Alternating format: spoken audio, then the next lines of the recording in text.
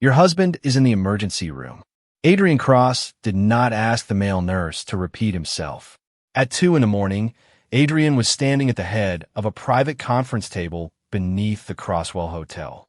The men around him called Crosswell Holdings a corporation in daylight and the Cross family in rooms without windows. Routes, accounts, protected names, and deaths covered the table. 4 minutes earlier, Adrian had ignored a missed call from Mason Reed. That was his first mistake. Marrying Mason 6 months ago had been a calculated arrangement. Mason was the quiet executive aide who knew every legitimate schedule and none of the family's bloodier operations. The marriage protected Mason from a rival lawsuit and gave Adrian a husband respectable enough to face the board. Adrian expected discretion, obedience, and distance. Mason had signed a contract while secretly knowing 5 things Adrian did not. He had not been born in this world. Before waking in Mason Reed's body, he had been an assassin known only as Wren. He had died after refusing an order to kill an innocent witness. He had opened his eyes inside a tragic crime novel, already married to the mafia boss whose empire was destined to collapse. The original Mason was supposed to obey Adrian, betray him under pressure, and die before the final chapter. Wren had disliked every part of that plan. Adrian's household had 5 rules. Never enter the locked archive. Never alter a family route. Never contact an enemy alone. Never carry a weapon near Adrian. Above all, never lie to the head of the Cross family. Mason had broken 4 rules in his first month and had been saving the 5th for an emergency. Then the unknown number called. "Mr. Cross," the nurse said. Mason Reed collapsed near the hospital parking structure. "He is awake. Your name is listed as his emergency contact." Adrian looked at the missed call. Mason had never called him without sending a message first. "I'm coming." Blake Carter, his head of security, stood. "Should I send a team?" "Quietly," Adrian said. Then he left the meeting himself. 28 minutes later, Adrian walked through the emergency department wearing the same black suit he had worn to the meeting. A nurse intercepted him. "Mr. Cross." He nodded. "Mr. Reed is stable. We're still running tests. Take me to him." The nurse paused. "He may not want visitors." Adrian stopped. That mattered. "Ask him." He disappeared behind a curtain. Adrian waited. He had waited for armed negotiations with less tension than this. 2 minutes later, the nurse returned. "He said you can come in." Adrian entered. Mason looked wrong in a hospital bed. That was Adrian's first thought. His husband was usually immaculate. Dark blonde hair combed back. Tie straight. Tablet in one hand. An answer ready before anyone finished asking the question. Now his hair had fallen across his forehead. His face was drained of color, and 4 lines disappeared beneath the sleeve of a hospital gown. Mason opened his eyes, then frowned. "Why are you here?" Adrian stopped beside the bed. "You called." Mason stared at him. "No, I didn't." The answer came too quickly to be confusion. Adrian's gaze sharpened. "The hospital called me. I told them not to. The nurse said I was listed as your emergency contact." Mason's expression changed. "I never listed you." Silence. Adrian looked toward the nurse. He checked the chart. "It's here." He turned the screen slightly. Adrian Cross. Primary emergency contact. Mason shook his head. "That's impossible." Adrian studied him. "Who should be listed?" "My cousin in Portland." The nurse frowned. "There's no cousin listed." Mason tried to sit up. The heart monitor immediately accelerated. Adrian moved forward, then stopped himself before touching him. "Don't." Mason glared. "I hate being told that." Adrian lowered his hand. "Phoenix." "A beat. Can you sit up without passing out?" Mason looked irritated. "No." "Then perhaps remain where you are voluntarily." The nurse looked away, probably to hide a smile. Mason exhaled, still unbearable at 2 in the morning. Apparently, the nurse left to find the doctor. For several seconds, the room was quiet. Adrian looked at the 4. "What happened?" "I don't know. You collapsed." "I gathered that." "Before that." Mason looked toward the ceiling. "I was tired." "You're always tired." That sounded almost concerned. It was an observation. Mason gave him a weak look. Adrian hated how weak it was. He had seen Mason work through 18-hour days without complaining. He had watched him manage 3 board crises, a security lockdown, and an international acquisition in the same week. Mason never missed details, never forgot meals in front of Adrian, never looked like this. And Adrian had somehow never asked what happened when Mason went home. The doctor entered before that realization settled properly. Dr. Tyler Bennett introduced himself, checked the monitors, then looked at Adrian. Family? No, Mason said immediately. Adrian said nothing. The doctor glanced between them. Employer? Yes. Then medical details are Mr. Reed's decision. Adrian looked at Mason. Mason hesitated, then nodded. He can stay. Something in Adrian's chest tightened. Dr. Bennett continued. Initial tests suggest severe exhaustion, dehydration, and significant sleep deprivation. We're waiting on the full blood panel. Mason closed his eyes. So, I work too much. That would be the simple explanation. Adrian caught the wording. What's the complicated one? The doctor looked at him. We found something unexpected in the preliminary screen. Mason opened his eyes again. What? Possibly medication-related. I want confirmation before I speculate. Adrian's expression hardened. Medication? Mason looked genuinely confused. I don't take anything prescription. The doctor made a note. That is exactly why I want to confirm it.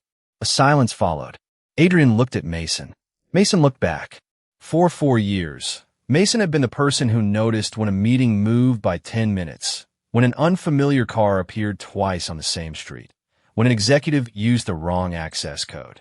Now, something had happened to him, and neither of them knew what. Adrian's phone vibrated. Blake. He ignored it. Mason noticed. You should answer that. No. You left a meeting? Yes.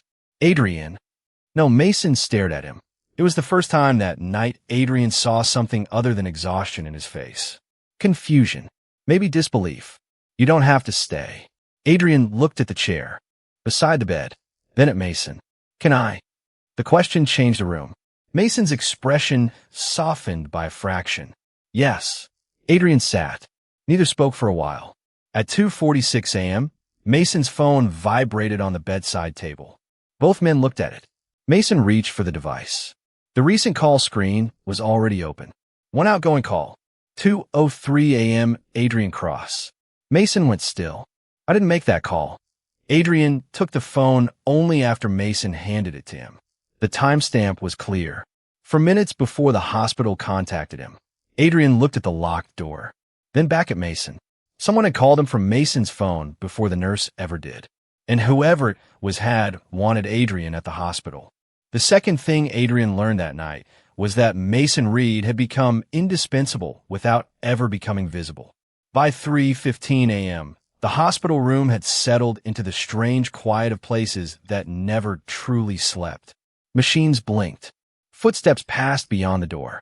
Somewhere down the corridor, a cart rattled over tile. Mason had stopped arguing about going home. That alone told Adrian how bad he felt. Normally, Mason argued with efficiency, briefly, precisely, usually while handing Adrian a better solution than the one he had just rejected. Now he lay back against the raised bed, eyes half closed, one hand resting near the floor line. Adrian sat beside the window with Mason's phone in his hand. The unexplained 2:03 a.m. call remained on the screen. He had already sent the number data to Blake. No conclusions yet, only questions. Mason opened his eyes. You're still here. Adrian looked up. You approved it. That was before I realized you were going to stare at my phone like it personally offended you. It may have. Mason gave a tired breath that might have been a laugh. Then his gaze shifted toward the clock. Your meeting? Canceled. You never cancel those. I did tonight. Mason frowned.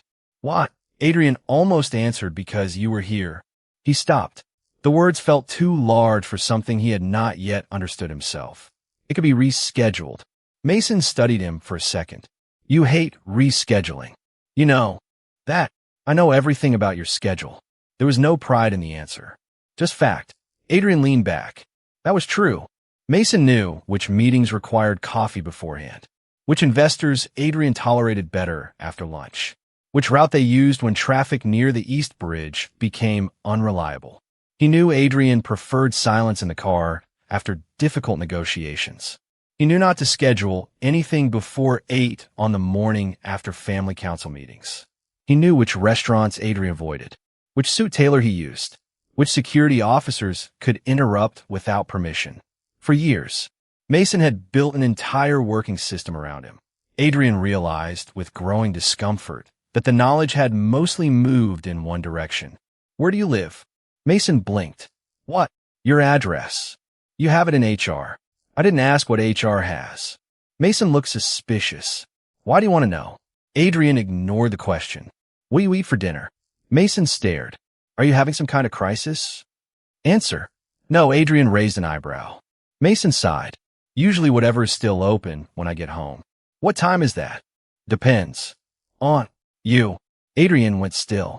Mason seemed to realize how that sounded. I mean the workload. I understood. The answer did not improve anything. Adrian looked toward the dark window. What time did you leave the office yesterday? Mason thought. 11:40. You were still there after I left. Obviously. Why? I had to rebuild tomorrow's itinerary. Adrian frowned. Why? One of the transportation blocks changed. Who changed it? Mason's eyes sharpened despite the exhaustion. That's a very Adrian question. It's a relevant one. Security sent an update. Which officer? I'd have to check. Adrian noticed the irritation in Mason's face. Not because he disliked the question, because he did not know the answer. Mason always knew. That bothers you. Of course it bothers me. Why?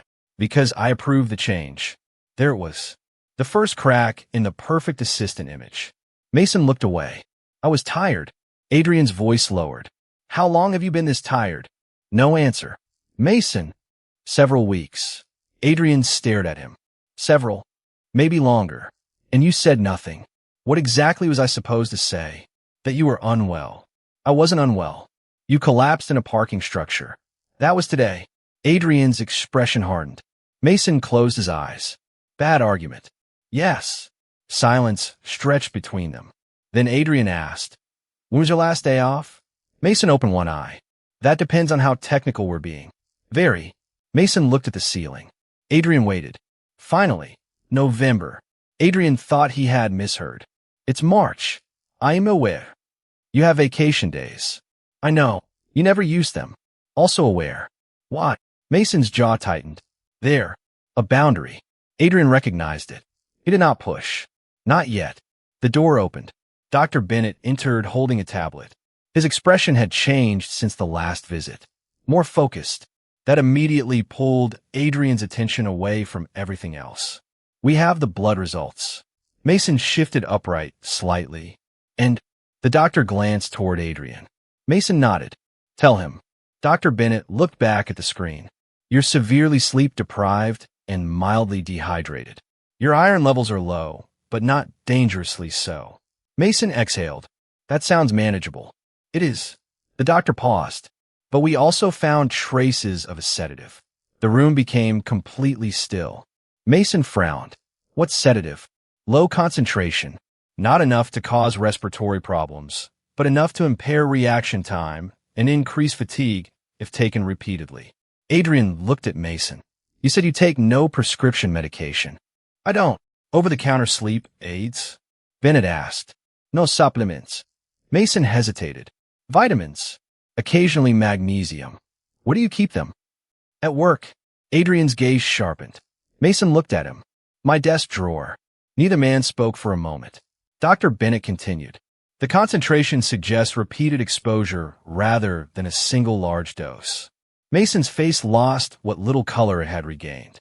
How repeated? We'd need more testing to estimate that. Adrian already had his phone out. Mason looked toward him. What are you doing? Calling Blake. Wait. Adrian stopped. Not because Mason had raised his voice. Because he had asked. Mason took a slow breath. If somebody has been putting something in my supplements, charging into the office at 4 in the morning could warn them. Adrian stared at him. Even lying in a hospital bed, exhausted and drugged without his knowledge, Mason was still thinking 3 moves ahead. Adrian lowered the phone. What do you suggest? First, stop treating me like the obedient husband in our contract. Adrian's expression did not change, but the room seemed to become smaller. Mason continued. Someone has been poisoning me to alter your routes. That means your family rules are protecting the traitor. I intend to break them. You already enter my archive. Yes. You replaced the Belmont route. Also yes.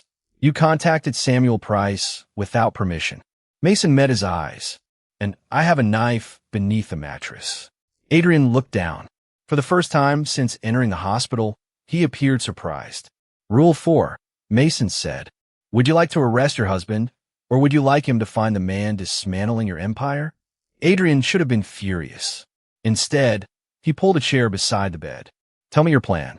That was the moment Mason understood the novel had already begun to change. Mason looked toward the bedside table. My desk has a camera angle from the west corridor. Security footage. Yes. Who can access it? Blake. You. Me. A pause. And Richard Hale. Adrian's expression changed. The CFO and the man who cleaned the Cross family's illegal money. Mason noticed. Don't decide anything yet. I haven't. You have that face. What face? The one that makes people update their wills. Adrian almost smiled. Almost. Then Mason reached for the water. His hand shook. Barely. Adrian saw it anyway. He picked up the glass. Stopped. Can I? Mason looked at him. For one strange second, the room felt smaller. Then Mason nodded. Adrian handed him the water. Their fingers brushed. Nothing dramatic happened. No peromones surge. No instinctive claim. Just contact. Warm skin. A moment too quiet. Mason drank, then looked down at the glass. You really don't know anything about me, do you? The question held no accusation. That made it worse. Adrian answered truthfully. Not enough. Mason looked at him. Adrian continued. I know when you're about to disagree in a meeting. A faint lift of Mason's eyebrow. I know you reorganize documents when you're angry. That is confidential. I know you stop drinking coffee after 6, even when you pretend otherwise. Mason's mouth twitched. Adrian looked toward the foreline. But I did not know someone had been drugging you for weeks. Mason held his gaze. The unfinished confession between them was interrupted when Blake's investigation reached Adrian's phone. They didn't need me dead. They needed me wrong. Mason's voice was quiet. That made Adrian look up. The hospital room had changed with the morning light. The hard fluorescent glare had softened, revealing the exhaustion Mason had been hiding behind professionalism for weeks. Blake's message remained open on Adrian's phone. 3 unauthorized late-night entries into Mason's desk. Same badge. Same person. Richard Hale, Crosswell Holdings chief financial officer. A man who had worked beside Adrian for 11 years. Mason held out his hand. Let me see. Adrian hesitated only a second before giving him the phone. Mason read the report. His eyes moved slowly across each timestamp. January 17, January 29, February 12. Then he stopped. Those dates. Adrian watched him. What about them? Mason reached for his own phone. His fingers were steadier now. He opened the calendar. Scrolled. Checked one entry. Then another. Adrian could almost see his mind returning to work. Not the polished assistant mask. The actual skill beneath it. Pattern recognition. Memory. Structure. Mason turned the screen toward him. January 17th. The driver rotation changed at the last minute. Adrian frowned. I remember. You were supposed to use the north garage. Security rerouted you through the west entrance because someone reported a mechanical issue. Blake, standing near the door now, straightened. That issue was never confirmed. Mason moved to the next date. January 29th. Your meeting with the Harbor Committee was pushed 40 minutes. Adrian remembered that too. You told me the chairman requested it. I thought he did. You didn't verify? Mason's expression tightened. No, the answer clearly bothered him. Adrian said nothing. Mason continued. February 12th. His voice changed. That one mattered. You left the Roswell dinner early. Yes, because I received a security update saying a demonstration had formed near the east route. Blake pulled out his tablet. There was no demonstration. Mason looked at him. I know that now. Silence settled over the room. Adrian looked at the 3 dates again. On each one, Mason's desk had been accessed after midnight. On each one, Adrian's schedule changed the following day. Small adjustments. Nothing dramatic. Nothing that would trigger a full investigation. Mason looked down at the calendar. I approved all 3. Adrian heard the weight he placed on that sentence. You approved information you believed came from legitimate sources. I still approved it. Mason, I'm not asking you to excuse it. Adrian's voice lowered. I'm not excusing anything. Mason looked at him. I'm saying someone built this around the way you work. That landed. Mason went still. Adrian continued. They knew you verify most changes. Yes. So they did not need you careless. Blake stepped closer. They needed you slightly slower. Mason's face lost color again. The sedative. Low dose. Repeated exposure. Enough to impair focus. Not enough to make him collapse immediately. Adrian felt something cold settle behind his ribs. They were measuring the effect. Blake nodded. Possibly. Mason leaned back against the pillow, his gaze fixed on nothing. January 17th. I had a headache all afternoon. Adrian said nothing. 29th. I forgot the Mercer briefing packet in the conference room. You never forget documents. I know. February 12th. Mason closed his eyes. I missed an access code mismatch. Blake looked toward Adrian. What mismatch? One of the temporary security requests used last quarter's format. Mason opened his eyes. I caught it later. By then the request had already expired. Adrian felt his jaw tighten. Someone had not been poisoning Mason to hurt Mason. Not directly. They were degrading the most reliable layer in Adrian's routine. One mischeck at a time. Mason seemed to reach the same conclusion. They needed me wrong. No one answered. He looked at Adrian. Not unconscious. Another breath. Not hospitalized. Just compromise enough to approve changes you would normally reject, Blake said. Mason nodded. Adrian looked toward the window. The city had begun waking below them. Traffic. Lights. Ordinary movement. Meanwhile, someone inside his own organization had spent weeks altering the one system he trusted most. He looked back at Mason. What happened last night? Mason frowned. I rebuilt today's itinerary. Why? A transportation block had changed. The one you mentioned earlier. Yes. Show me. Mason opened his calendar again. The entry was still there. 7:30 a.m. private meeting. Location, Belmont Warehouse District. Adrian stared at it. I never approved a meeting there.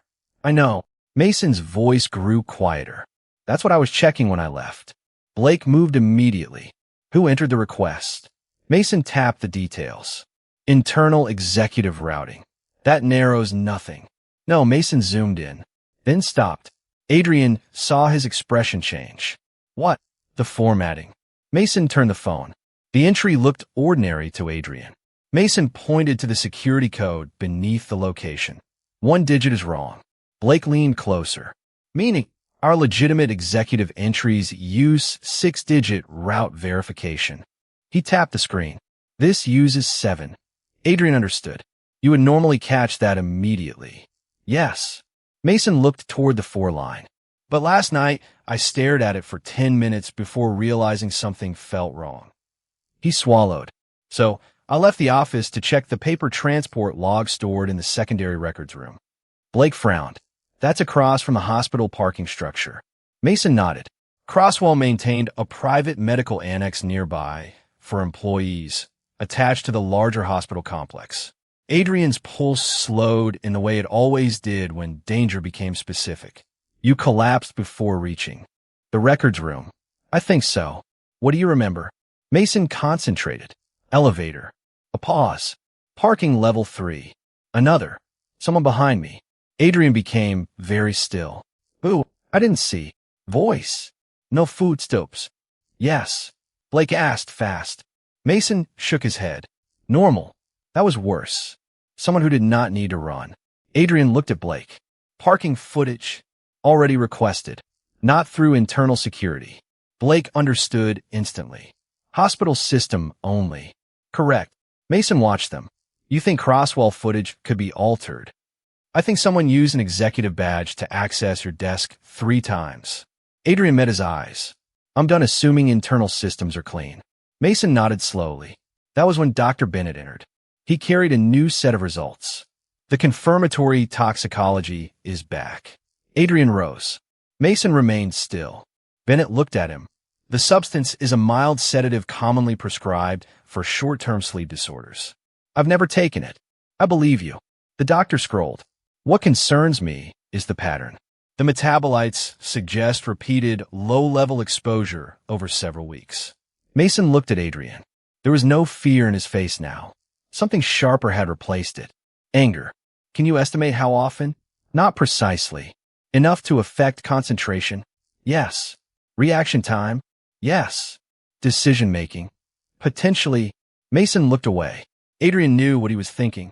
Every changed route, every delayed meeting, every detail he had blamed on exhaustion. Adrian stepped closer, stopping beside the bed. Mason.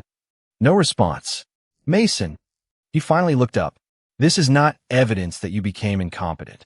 That isn't what I'm thinking. It is. Mason's mouth tightened. Adrian continued. Someone spent weeks trying to reduce your performance by degrees. A pause. They did that because your normal performance was a problem for them. Mason stared at him. Blake looked away, suddenly very interested in his tablet. Mason exhaled. That may be the nicest thing you've ever said to me. It was not intended as reassurance. It still worked. For half a second, something eased between them. Then Blake's tablet chimed. He opened the hospital parking footage. The screen showed Mason entering level 3 at 1:41 a.m. alone. He walked toward the records corridor. His steps were slower than usual. At 1:44, another figure entered the frame. Dark coat, baseball cap, face angled away. Mason leaned forward. Blake froze the image. Adrian studied the silhouette. Can you identify him? No face. Mason stared at the screen. Then his expression changed. Wait. What? The hand. Blake zoomed in. The figure carried a key card between two fingers. Mason pointed. Crosswell executive access cards have a silver corner. The image sharpened enough to show it. Silver. Adrian's voice went cold. So whoever followed, you had executive clearance. Mason looked at him and knew where I was going. Blake advanced the footage. At 1:47, Mason disappeared beyond the camera. The unknown figure followed. At 1:58, the figure returned alone. Then, at 2:02, the same person reappeared beside Mason, now unconscious against the wall. The figure crouched, reached into Mason's coat, removed his phone. Adrian stopped breathing. On screen, the stranger unlocked it, made one call, placed the device back into Mason's pocket, then walked away. The timestamp changed. 2:03 a.m. Mason looked at Adrian. Neither needed to say it. The mysterious call had not been made after the attack. It was part of it. Someone inside Crosswell had weakened Mason for weeks, followed him into the hospital complex, and then deliberately summoned Adrian to the scene. The only question left was why. They built the attack around my mistakes. Mason said it without looking away from the frozen security footage. On the screen, the unidentified figure was still crouched beside his unconscious body, one hand holding Mason's phone. 2:03 a.m. One outgoing call. Adrian Cross. Blake paused the video. No one in the hospital room moved. Adrian stood beside the bed with both hands at his sides, his face unreadable in the way Mason had learned usually meant someone else was about to have a very bad day. But Mason was not watching Adrian. He was watching himself. 3 weeks of headaches, missed details, scheduled changes that had slipped through checks he normally performed automatically. He had blamed all of it on exhaustion. That possibility no longer felt convincing. They didn't want me gone, Mason said. Blake looked over. You already said that. No, I mean really gone. Mason reached for his tablet. Adrian handed it to him before he asked. If they wanted to remove me, there were easier ways. He opened Adrian's transportation history. Fire me. Another file. Blackmail me. Another. Make me sick enough to stay home. Adrian's expression changed slightly, but they kept the dose low. Exactly. Mason scrolled through 6 weeks of calendar revisions. They needed me functional. Blake came closer. How functional? Enough to work. Mason looked up. Not enough to catch everything. The sentence settled heavily between them. Adrian moved toward the window. What did they gain? Mason began comparing dates. January 17th, January 29th, February 12th. Then 3 more incidents that had seemed meaningless at the time. A driver swapped at short notice. A private dinner moved from one building to another. A security escort reduced from 4 men to 2 because of a supposedly routine staffing issue. Blake frowned. I approve that reduction. Based on my recommendation. Mason's voice remained controlled. Adrian looked toward him. You were working from false data. I still sent it. Mason, I know what you're going to say. Then save me the effort. Mason ignored that. He enlarged a calendar entry. Look here. Blake leaned closer. March 2nd. Adrian remembered. A meeting at the riverfront. It was originally scheduled downtown. Mason opened the revision history. Someone changed the location 12 hours before. Ooh. Request originated from executive administration. Blake's jaw tightened. That could mean 12 people. Not after midnight. Mason opened access logs. Only 4 senior accounts had permission to modify protected itineraries after regular hours. Adrian, Blake, Richard Hale, Samuel Price, Crosswell's chief operations director. Adrian stared at the list. Samuel. Mason nodded. You. Trust him. I trust evidence more. That answer sounded like Adrian. It also relieved Mason more than he wanted to admit. Blake pulled up another file.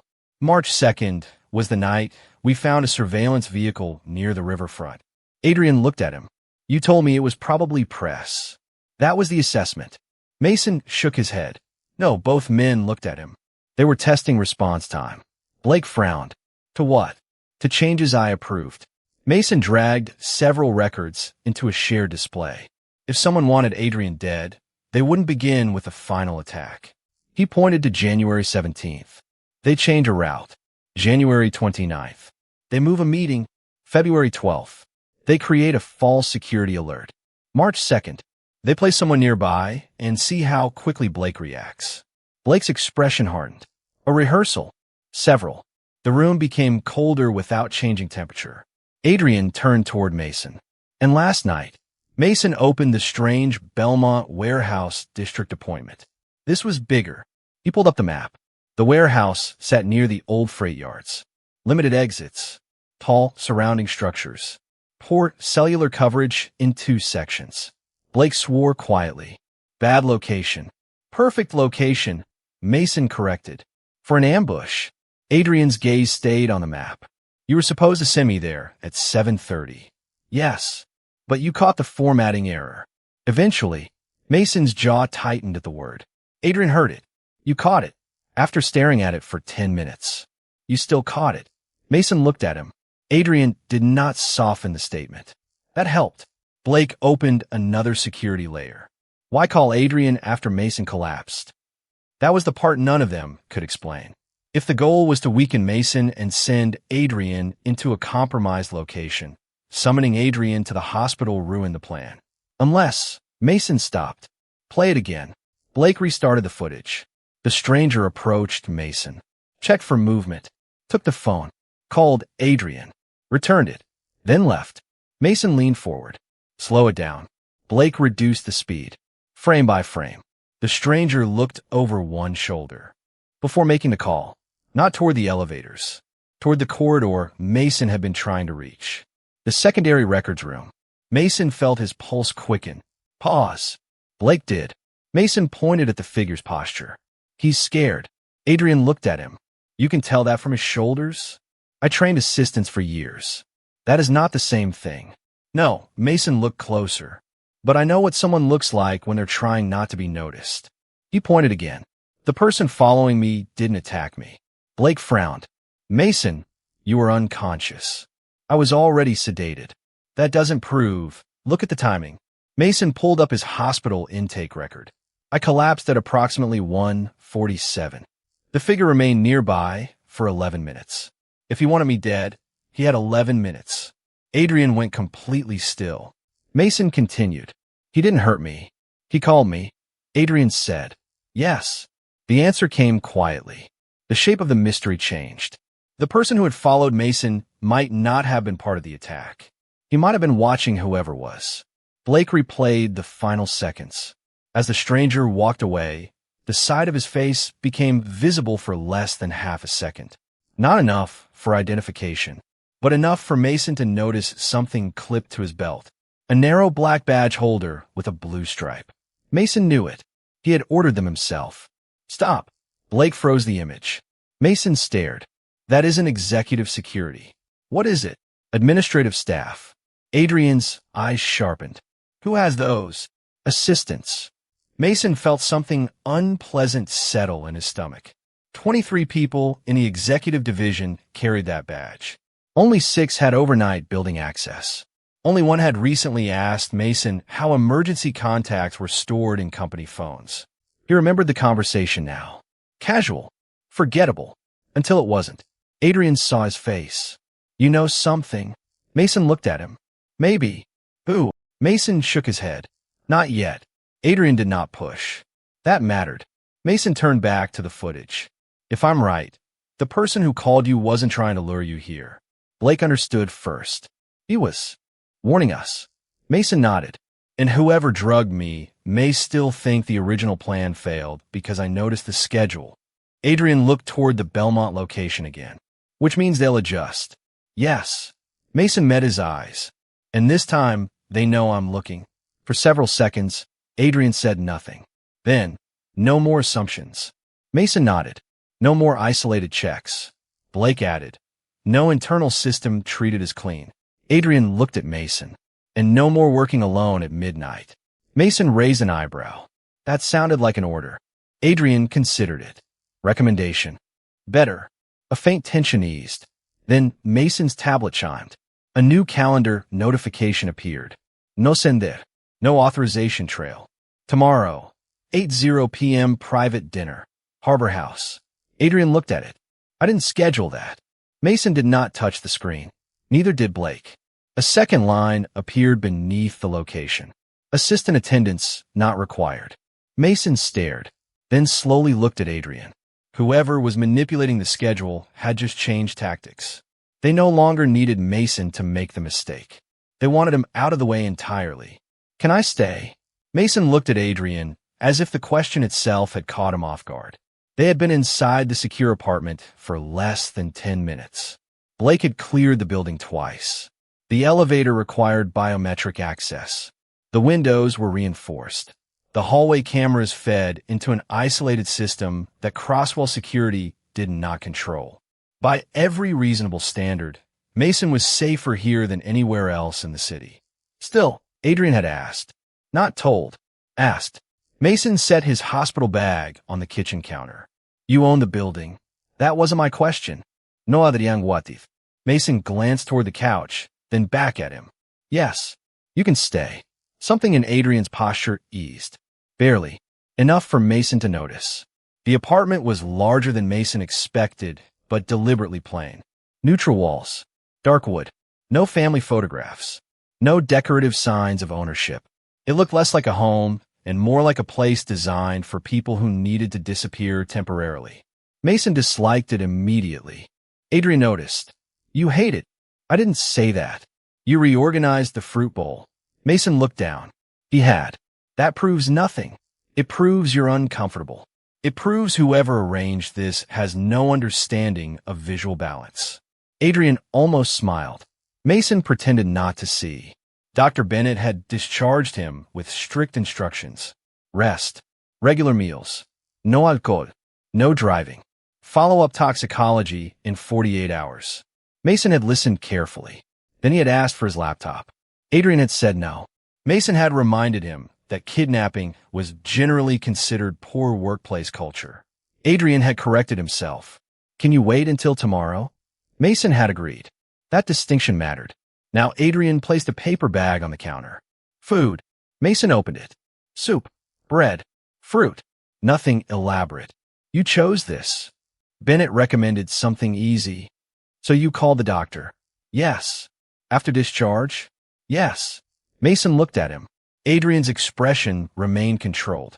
Mason had seen that face across negotiation tables, during security failures, and once while 2 rival families threatened to collapse an entire agreement over a shipping contract.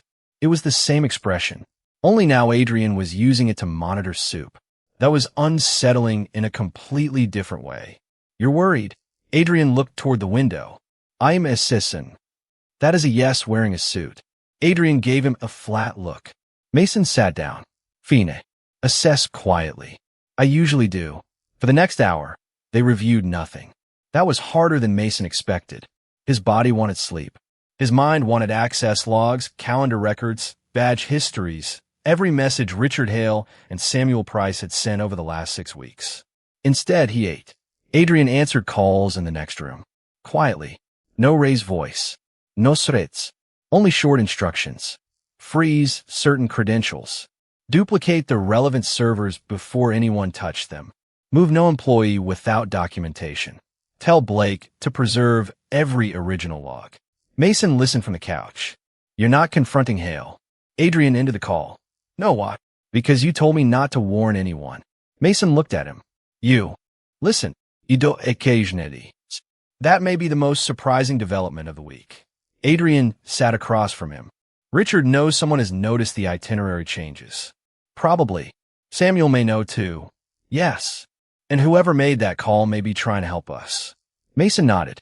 Adrian's eyes stayed on him. What are you saying? Mason hated that he had become easy to read. I'm thinking about Evan, the junior assistant. 24. Smart. Fastlana. Terrible at pretending not to care. Mason had trained him personally. Adrian leaned back. The badge holder. Yes. You think it was him? I think it could have been. That is not the same thing. Mason looked at Adrian. Another surprise. No. He rubbed his thumb against the edge of the blanket. Evan asked me 2 weeks ago how emergency contacts are stored in company phones. Adrian's expression sharpened. What? He said his father had changed numbers. Did you believe him? At the time. And now? Mason looked toward the dark window. Now I don't know what I believe. Adrian said nothing. He did not feel the uncertainty for him. Mason appreciated that. At some point, exhaustion won. He woke in darkness. For several seconds, he had no idea where he was. Then the unfamiliar ceiling came into focus. Secure apartment. Hospital discharge. Adrian. Mason sat up. A lamp was on near the kitchen. Adrian was asleep in a chair. Not comfortably. His head rested against the back cushion. Tie removed, shirt sleeves rolled to the elbows, phone still in one hand. Mason stared. He had never seen Adrian asleep. It felt strangely private. The man who could silence a room by entering it looked almost ordinary when nobody was watching. Tired. Human. Mason stood carefully. His legs held. Good. He walked toward the kitchen for water. That was when he saw the bottle. Small. White. Placed near the sink beside his discharge medication. Mason stopped. He knew immediately it was wrong. Not because of the label. Because of the cap. His vitamin bottle had a dark green cap. Always. He bought the same brand every month. This one was blue. His pulse accelerated. Adrian. No response. Mason spoke louder. Adrian. The chair moved instantly. Adrian was awake before Mason finished saying his name. What happened? Mason pointed. Adrian followed the gesture. His expression changed. Don't touch it. I wasn't planning to. Adrian crossed the room, but stopped a safe distance from the counter. That came from the hospital? No, you're sure? Yes. Mason stared at the bottle. I didn't bring vitamins. Adrian pulled out his phone. Blake. Mason caught his wrist. Adrian stopped. Neither seemed prepared for the contact. Mason released him. Wait. Adrian looked at him. If someone planted that here, calling security through the usual chain might tell them we found it. Adrian considered that. Then lower the phone. What do you want to do? Mason looked around the apartment. Reinforced windows. Controlled elevator. Independent cameras. A location only a small number of people were supposed to know. Safe. Except someone had entered before them. Or after. Either possibility was bad. Mason looked back at the bottle. The exhaustion disappeared beneath something colder. This apartment was compromised before we arrived. Adrian's voice went quiet. How many people knew the address? Blake. You. Me. A pause. And the person who prepared the apartment. Mason looked at him. Who was that? Adrian did not answer immediately. That hesitation told Mason enough. Adrian. His jaw tightened. Evan Mercer. The room changed. Mason looked at the bottle again. the junior assistant he had trained, the man who might have made the mysterious 203 call, the same man who had prepared the secure apartment. One possibility said Evan was helping them. Another said he had been inside the conspiracy from the beginning. Mason's chest tightened. Adrian stepped closer, then stopped before entering his space. "Do you want to leave?" Mason looked at the door, then back at him. For the first time in 4 years, Adrian Cross was waiting for Mason's decision instead of making one for the room. Mason took a slow breath. "No." Adrian's eyes narrowed. "No. If someone wants us to believe this place is compromised, running immediately gives them control of our next move." He looked toward the untouched bottle. "So we don't run." Adrian studied him. "What do we do?" Mason's fatigue remained. So did the fear. Neither disappeared. But underneath them, his mind had begun rebuilding the pattern. "We find out who knew we would be here." A pause. "And then we give each of them a different version of what happens next." 3 schedules. 3 suspects. 1 leak. Mason stood at the kitchen counter with his laptop open and a mug of untouched coffee beside him. Adrian looked at the screen. "You were discharged from the hospital 12 hours ago." "I'm aware." "You were told to rest." "I'm sitting down." "You are standing." Mason glanced at his feet. "That feels unnecessarily technical." Adrian did not smile. Mason did. Barely. It was enough to break the tension for half a second. The vitamin bottle still sat untouched inside a sealed evidence bag Blake had brought through a private entrance an hour earlier. No fingerprints had been processed yet. No internal department had been notified. For now, only 4 people knew the apartment might have been compromised. Mason, Adrian, Blake, and whoever had planted the bottle. That gave them one advantage. The other side did not know what they knew. Mason turned the laptop. "I built 3 itineraries for tomorrow night." Adrian leaned closer. Each looked legitimate. Same departure time, same security level, same meeting purpose. Only the destination changed. Schedule A listed the Fulton Maritime Club. Schedule B listed a private suite at the Viridian Hotel. Schedule C listed an unused Crosswell warehouse near the river. Adrian understood immediately. Different version for each suspect. Yes. Richard, Fulton, Samuel, Viridian, and Evan, the warehouse. Adrian's expression changed slightly at the last name. Mason noticed. "You still think it's him?" "I think he prepared this apartment. He also may have saved my life." Those facts can coexist. Mason looked at him. That was exactly why Adrian frightened people. He could hold 2 opposing possibilities without rushing to make either comfortable. Mason had spent 4 years doing the same thing for schedules. It felt different when the variable was a person he cared about. He was good. Mason said. "Evan, yes, you trained him." "That isn't what I mean." Mason sat down. He noticed things. A pause. He once caught a duplicated vendor authorization nobody else saw because the timestamp was 12 seconds off. Adrian folded his arms. "You sound proud." "I was." Mason looked away. He hated that Adrian was right. Blake entered from a hallway. "No camera avriccio overnight." Mason frowned. "So whoever planted the bottle did it before we arrived." "Most likely." "Who had legitimate access during preparation?" Blake looked toward Adrian. "Evan, cleaning crew. 2 external security contractors." "And the cleaning crew?" "Cleared." "Contractors?" "Being checked." Mason opened another file. "Good." Blake looked at the 3 schedules. "We're doing the Canary Trap?" Mason raised an eyebrow. "That name sounds more dramatic than it is. It usually involves less organized crime." Adrian ignored both of them.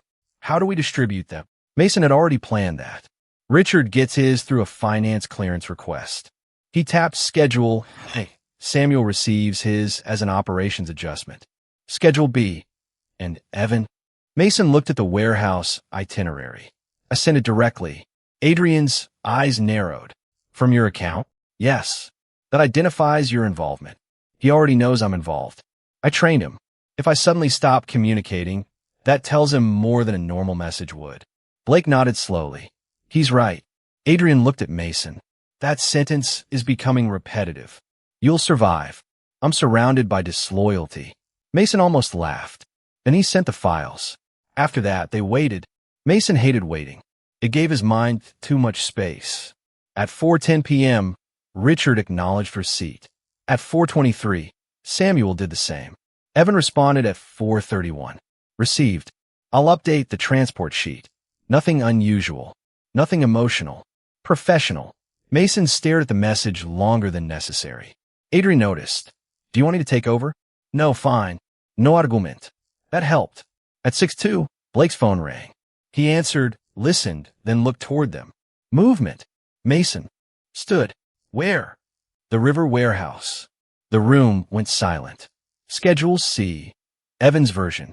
Adrian's expression became unreadable. Mason felt something sink inside him. How many?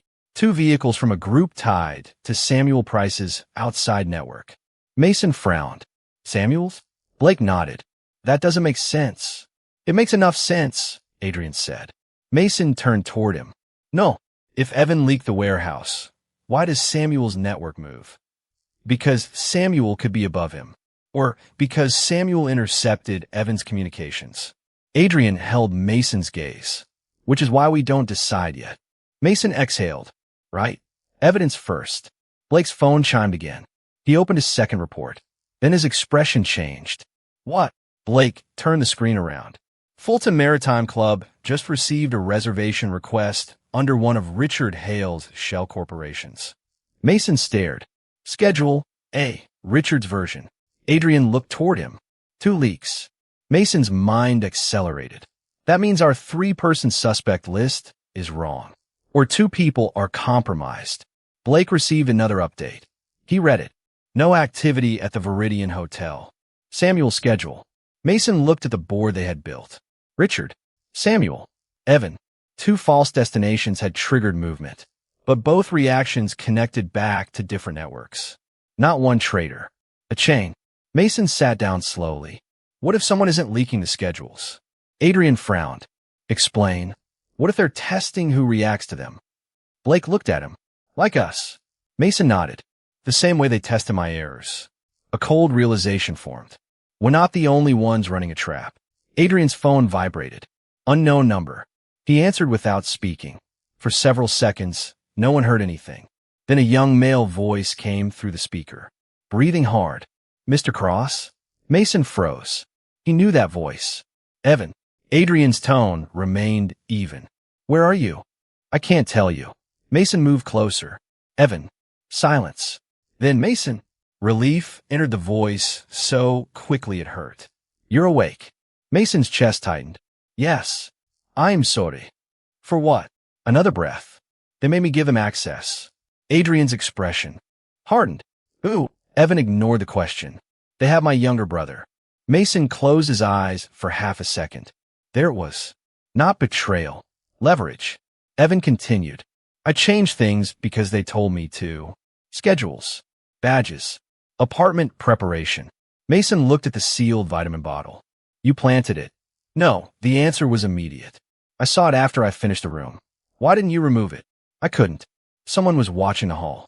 Adrian stepped closer to the phone. Who? Evan's breathing became uneven. I don't know his name. Then describe him. Older. Gray suit. Crosswell executive clearance. Mason looked at Adrian. Richard. Maybe.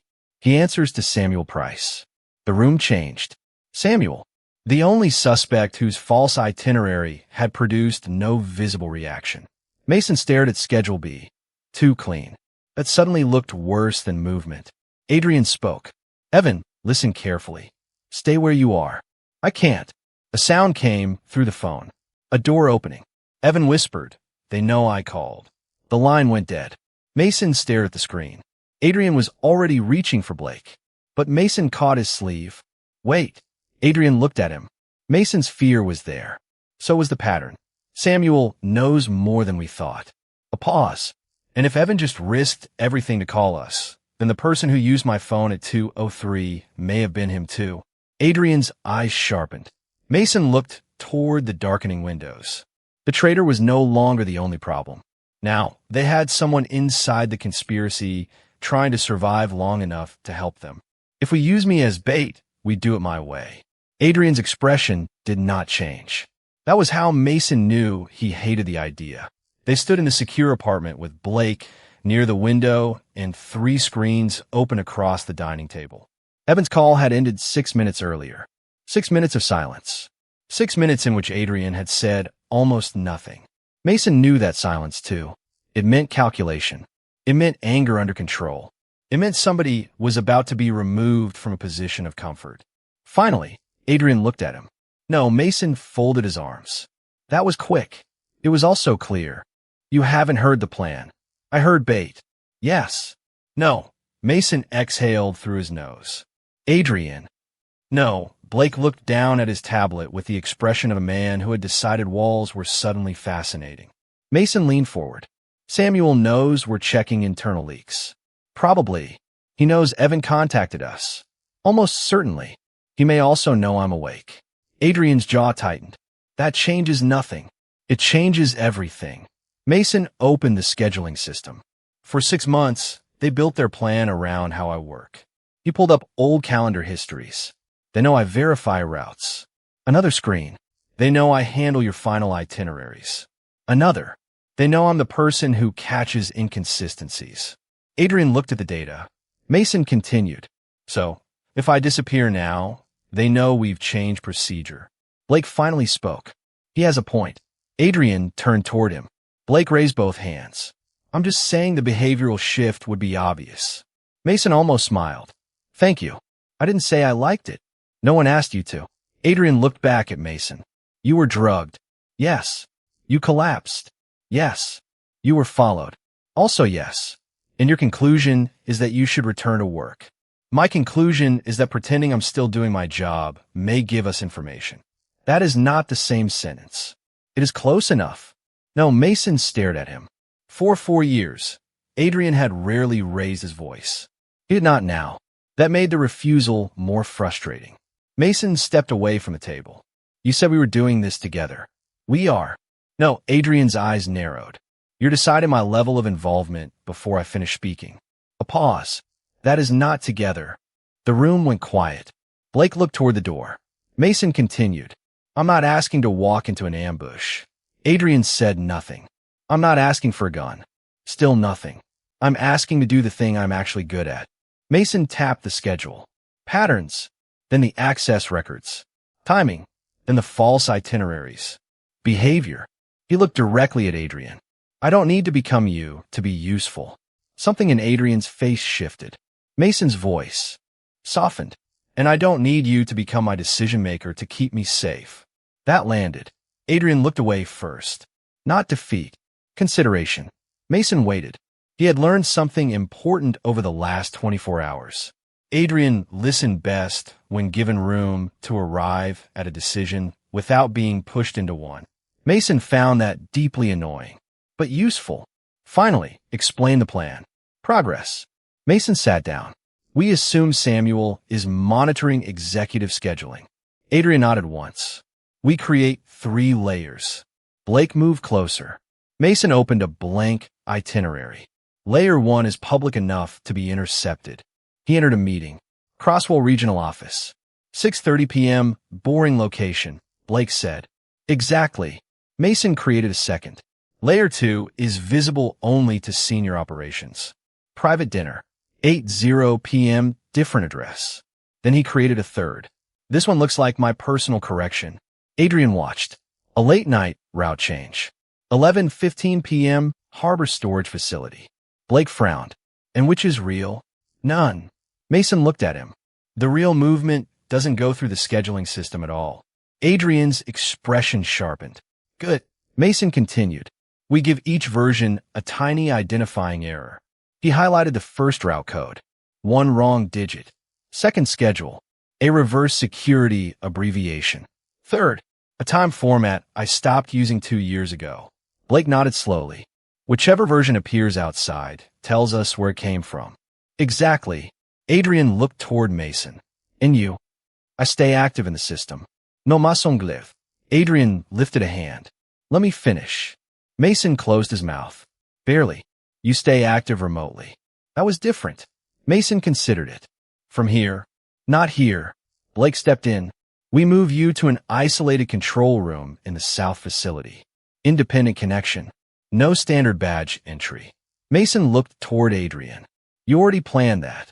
I planned many things. That was almost smug. It was accurate.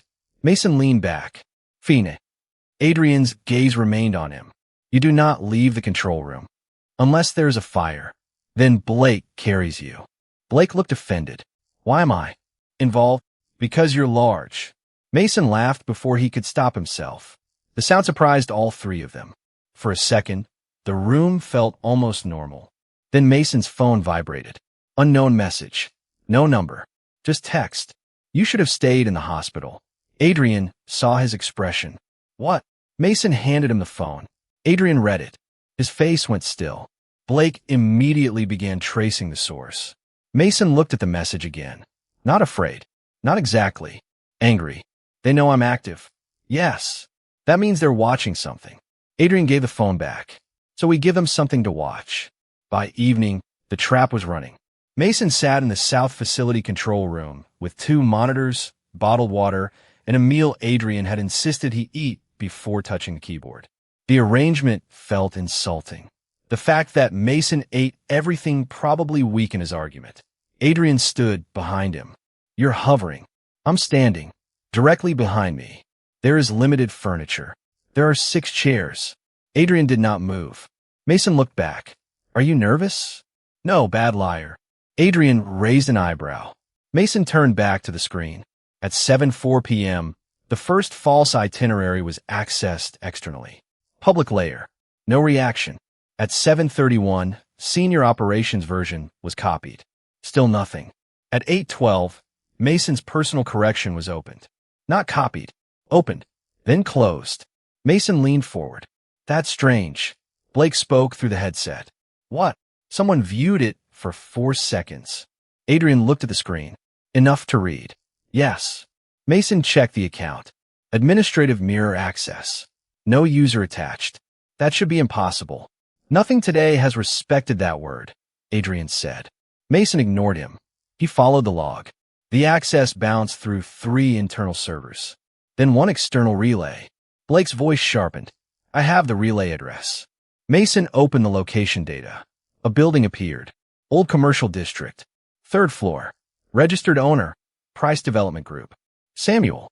Adrian's expression hardened. That's enough. No. Adrian looked at Mason. Not yet. Mason opened another window. If Samuel is the center, he'll react to the false route. A minute passed. Then 2. At 8:19, a vehicle registered to one of Samuel's private contractors left a garage near the commercial district. Destination estimate. Harbor storage facility. The fake location. Mason exhaled. There. Blake's voice came through. We've got movement. Adrian looked at Mason. You were right. Mason glanced back. Say it again. No, I may record this moment. Mason. For the first time all day, Mason smiled. Then another alert appeared. Different system. A personnel access request. Emergency clearance. Requested for. Mason Reed. Mason's smile disappeared. He stared at the screen. I didn't request that. Adrian stepped closer. Where? Mason opened the destination. Crosswell Main Tower. Executive floor. 11:00 p.m. His own credentials have been scheduled for entry. Blake cursed over the headset. They're creating a record that Mason goes back to the office tonight. Mason felt the pattern click into place. Not bait. Framing. If something happens there, Adrian finished the thought. The logs place you inside. Mason looked at him. Samuel was not only trying to remove him from the investigation. He was preparing to make Mason part of whatever came next. Adrian's voice went cold. You're done. Mason shook his head. No, this is no longer theoretical. It never was. They're using your identity. Exactly. Mason turned the screen toward him. So now I know what they need. Adrian stared. Mason continued. They need me present on paper. A pause.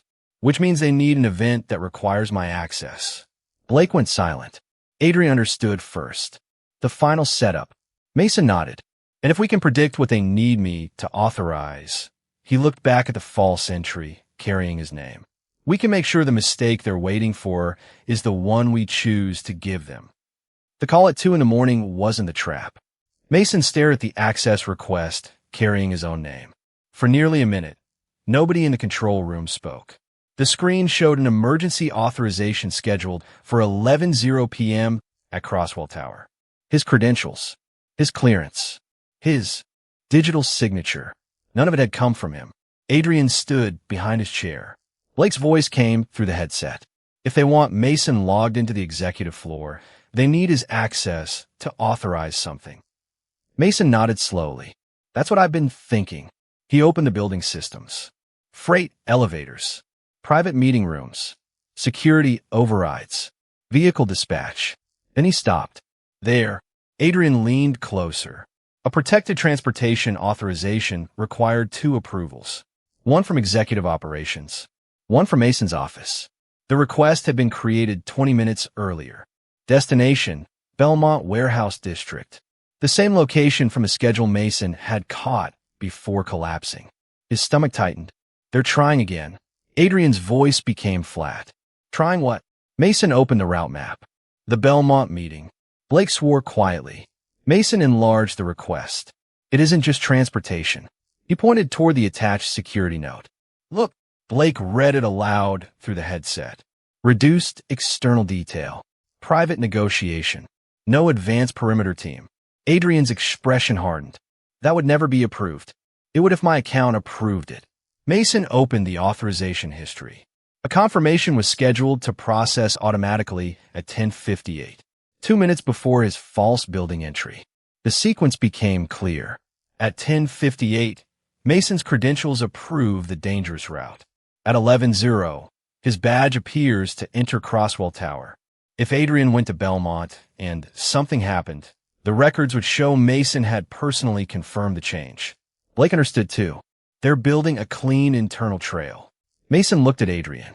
And if I questioned it later, they could say I made the mistake. Adrian's jaw tightened. Or that you deliberately sent me there. The thought hit harder than Mason expected. Not because Adrian believed it. Because someone else clearly thought the accusation would be believable. Mason stared at the screen. They've been preparing that story for weeks. Sedatives, missed details, altered schedules, records showing declining performance, a tired assistant, making increasingly serious errors. Then one final authorization. If Adrian died, Mason would look negligent, maybe complicit. If Adrian survived, Mason would still become the weak point everyone blamed. Blake broke the silence. We canceled the Belmont route. No, Mason said. Adrian looked at him. Blake sighed through the headset. I knew you were going to say that. Mason ignored him. If we cancel it now, Samuel knows we found the authorization. He already knows we're investigating, Adrian said. But he doesn't know how much.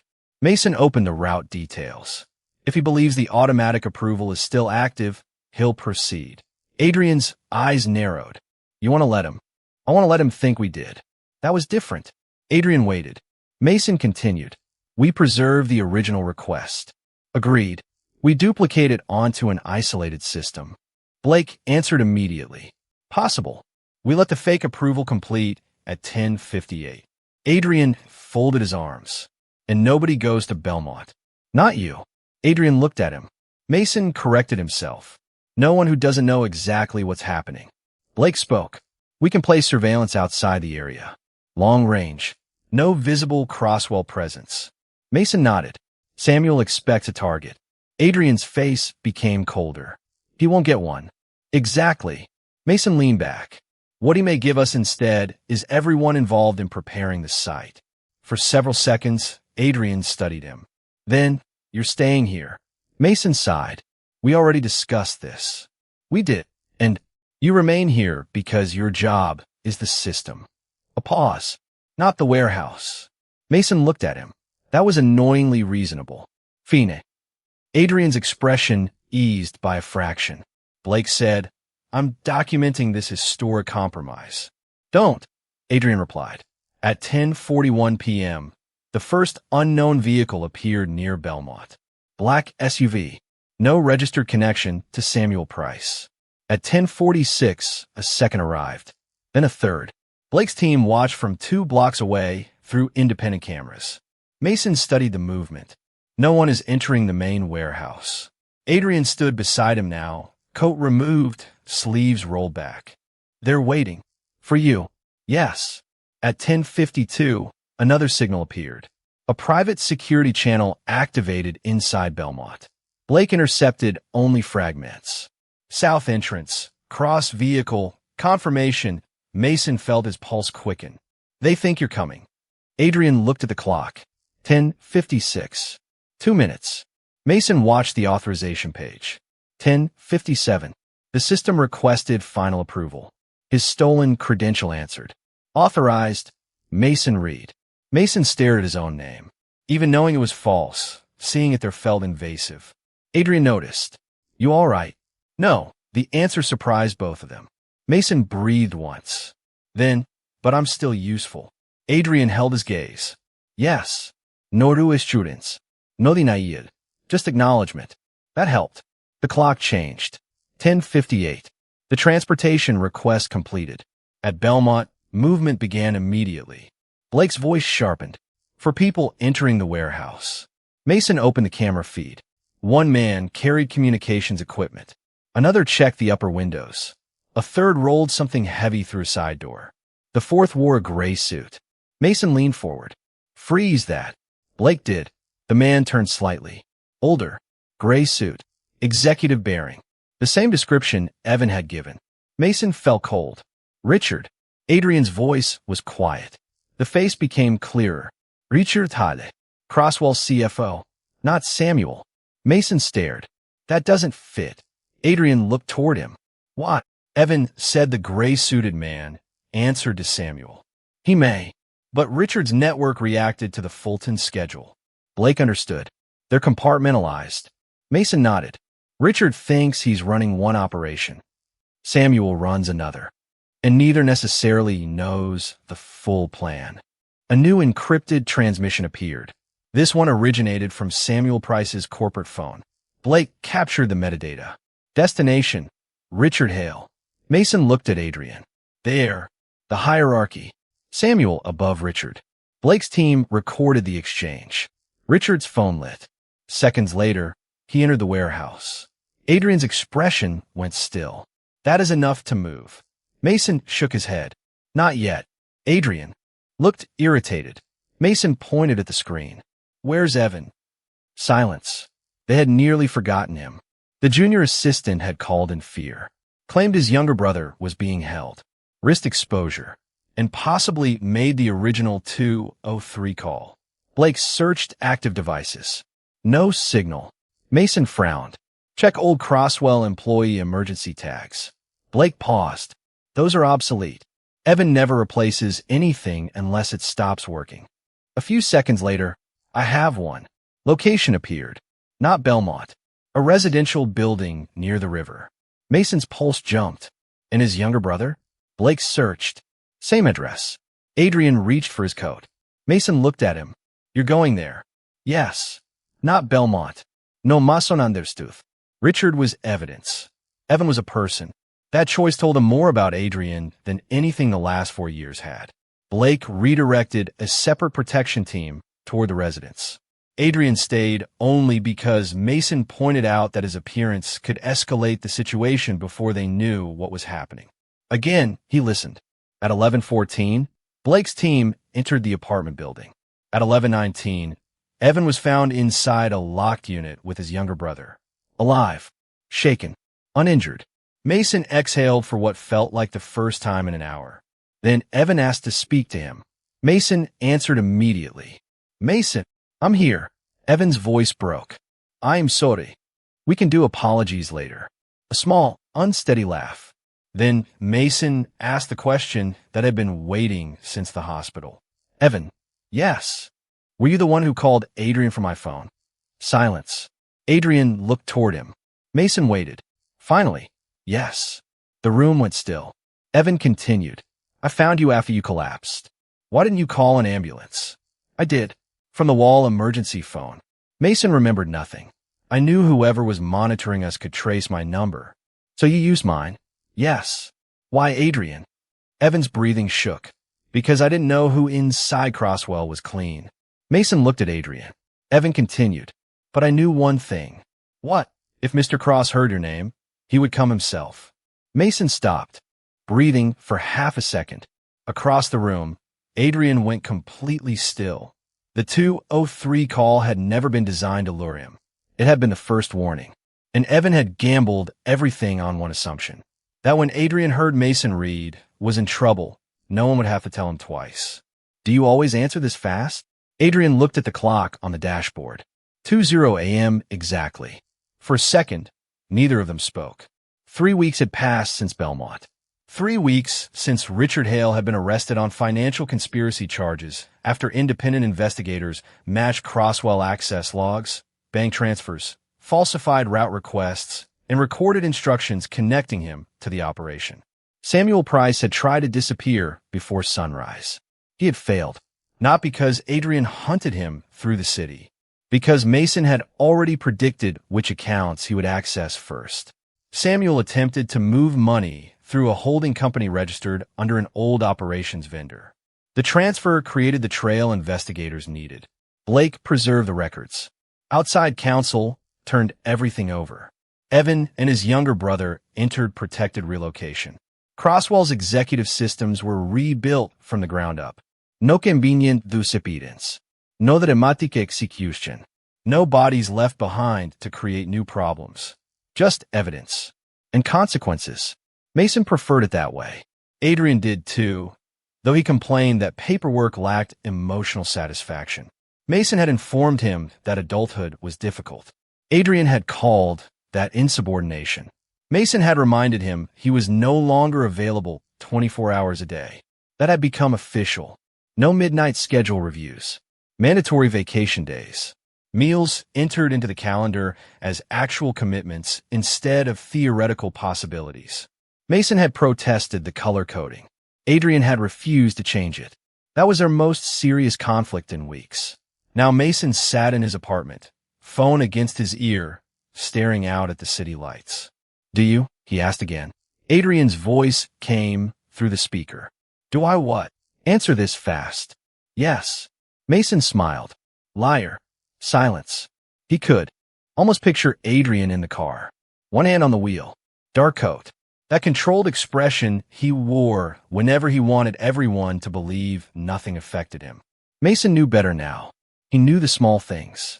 The way Adrian became quieter when worried. The way he checked a room before sitting with his back to a door. The way he never touched Mason unexpectedly anymore. The way he asked instead of assuming. 3 weeks ago, that might have felt impossible. Now it felt normal. Dangerously normal. Mason leaned against the window. You answered before the second ring. I was awake. At 2 in the morning. So were you. That is not a defense.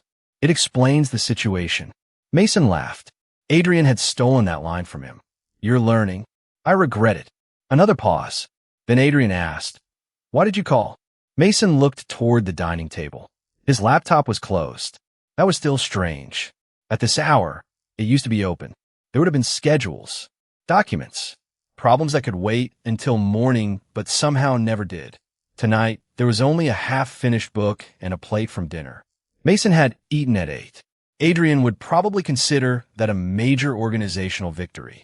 I wanted to test something. What? How quickly you'd answer. Adrian went quiet. Mason could hear the soft movement of the car. You called me at 2 in the morning as an experiment? Yes. You have become irresponsible. I was hospitalized once, and suddenly everyone becomes judgmental. That is not how causality works. Mason smiled again. Then the humor faded slightly. The memory of that night had changed, not disappeared. He still remembered the hospital ceiling, the 4-line, the confusion of seeing Adrian walk through the door, the strange shock when the call log showed 2:03 a.m. But the fear was no longer the strongest part. What he remembered most clearly now was one question. Can I stay? Mason looked down at the street. Adrian. Yes. Why did you come yourself? The car noise stopped. Mason frowned. Did you pull over? Yes. That feels dramatic. I'm considering the question. You've had 3 weeks. I was hoping you would not ask it. That made Mason's pulse change. Not sharply. Just enough. He turned away from the window. Why? Adrian exhaled. Mason waited. He had become better at waiting too. Not much better. Enough. Finally. Because when the nurse said your name, I was already standing. Mason closed his eyes for a second. There it was. Simple. No speech. No alpha claim. No promise about destroying the world for him. Just the truth. Adrian continued. I did not decide to leave the meeting. A pause. I realized I had left it. Mason swallowed. You could have sent Blake. Yes. You could have called the hospital first. Yes. You didn't. No. Mason looked toward the dark window again. Why? Adrian was silent. So long Mason thought the call had dropped. Then, because it was you. Mason forgot every clever response he had prepared. That annoyed him. Adrian. Yes. You can't say something like that and then sound completely normal. I am in a parked car. That is not what normal means. I am aware. Mason laughed quietly. Then another thought occurred to him. Where are you? A pause. Outside. Outside where? Another pause. Mason walked to the window. A black car was parked across the street. He stared. You're outside my apartment. Yes. How long? 7 minutes.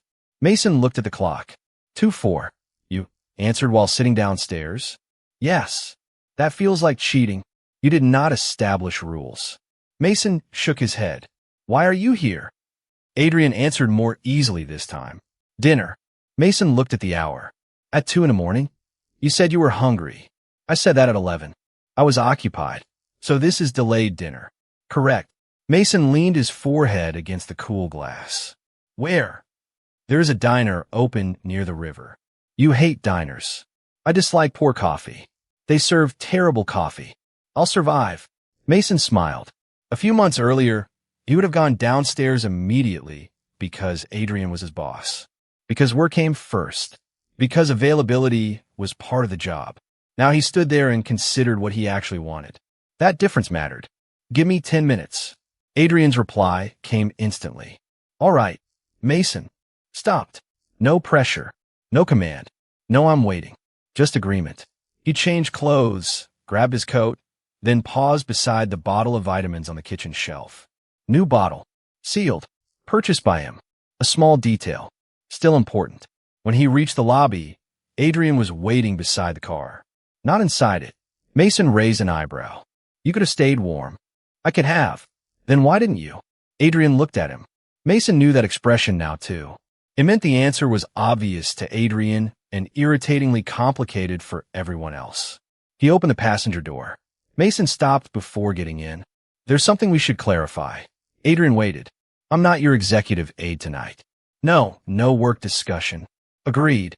No schedule. Adrian looked almost offended. Then how will we know when dinner ends? We won't.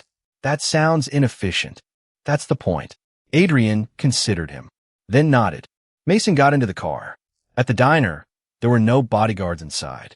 Blake had men outside because Adrian remained Adrian, but Mason appreciated the illusion of normality. They sat in a corner booth. Adrian ordered coffee. Mason watched him taste it. His face changed almost imperceptibly. Mason smiled. It's terrible. Yes. You knew it would be. I had hope. That was your mistake. Adrian looked at him. I have made worse. Something in the tone quieted Mason. Like hiring me? No, the answer came too quickly. Mason looked down. Adrian continued. Like waiting 4 years to understand what hiring you meant. Mason's chest tightened. There was no need to ask for clarification. Not anymore. He reached across the table. Stopped halfway.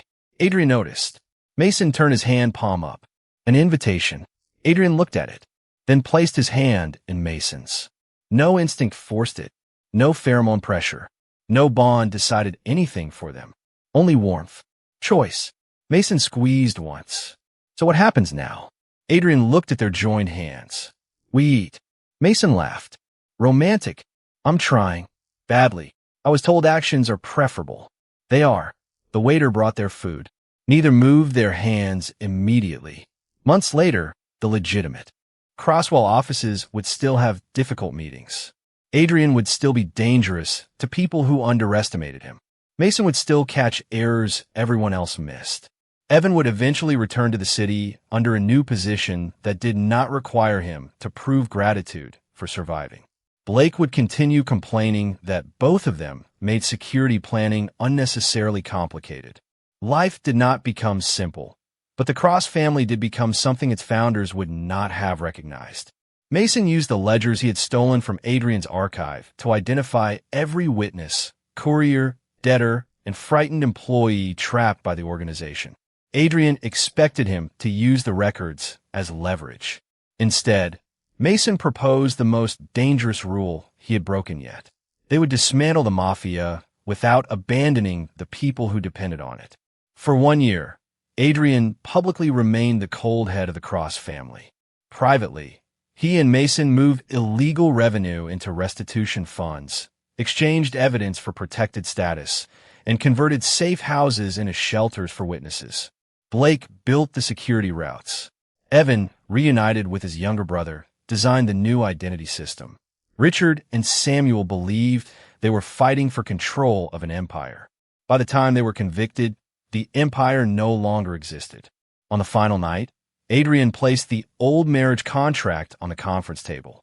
"You broke every rule in this document." Mason leaned against the chair. "You forgot the rule about lying to the head of the family. You broke that too. I was an assassin from another world. Telling you immediately seemed socially awkward." Adrian studied him. Mason expected disbelief. Instead, Adrian asked, "Did you choose me because you knew the plot?"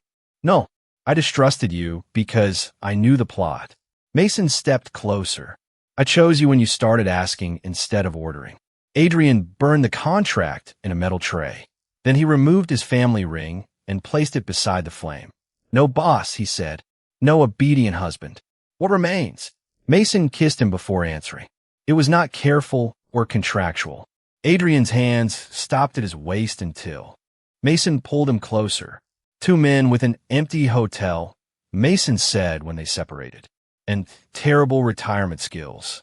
They turned the Crosswell Hotel into a legitimate night refuge with a legal clinic on the ground floor and secure rooms above. People fleeing criminal organizations entered through the same doors where Adrian's captains had once delivered tribute. Years later, a frightened man arrived shortly after 2 in the morning and asked whether the rumors were true. He had heard the former Mafia boss and his assassin husband could make people disappear. Mason smiled from behind the reception desk. Adrian looked up from the coffee machine. "Only from the people hunting them," Mason said. The man began to cry. Adrian brought him coffee. Mason opened a new file. Outside, the old cross insignia had been replaced by a simple brass sign. "No one belongs to the story that tried to kill him." Mason had broken every rule Adrian gave him. Together, they wrote the first one worth keeping.